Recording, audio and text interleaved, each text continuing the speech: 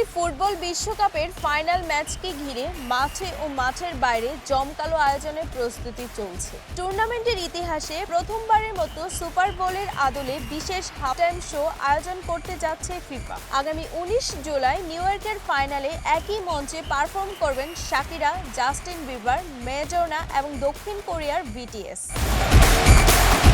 বিবিসির তথ্য মতে ক্রিস মার্টিনের কিউরেশনে হতে যাওয়া এই শোতে আরও থাকবেন বার্না বয়, গোস্তাভো দুদামেল, কোল্ড প্লে ও পিএস 2020 কোরাস এবং সেসমে স্ট্রিটের চরিত্রগুলো। 4টি শো থেকে $100 মিলিয়ন সংগ্রহের লক্ষ্য নেওয়া হয়েছে, যা বিশ্বের শিশুদের শিক্ষায় ফিফা গ্লোবাল সিটিজেন এডুকেশন ফান্ডে ব্যয় হবে। শাকিরা ও বার্না বয় তাদের হিট গান দায় পরিবেশন করবেন। দীর্ঘদিন পর ফিরে জাস্টিন বিবার এই শো নিয়ে বেশ উচ্ছ্বাসিত।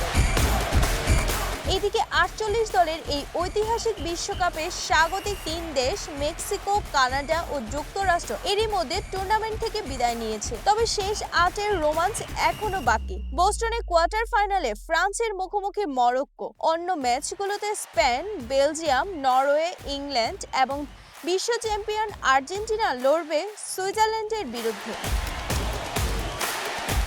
টুর্নামেন্টের গোল্ডেন বোর্ডের দৌড়ে 8 গোল নিয়ে শীর্ষে অবস্থান করছেন লিওনেল মেসি। তার ঠিক পিছনে 7টি গোল করে তাড়া করছেন কিলিয়ান এমবাপ্পে ও এরলিং হাল্যান্ড এবং 6 গোল নিয়ে রেসে আছেন হ্যারি কেন। বিথিরানী মণ্ডল, প্রাইম টিভি, ডেস্ক রিপোর্ট।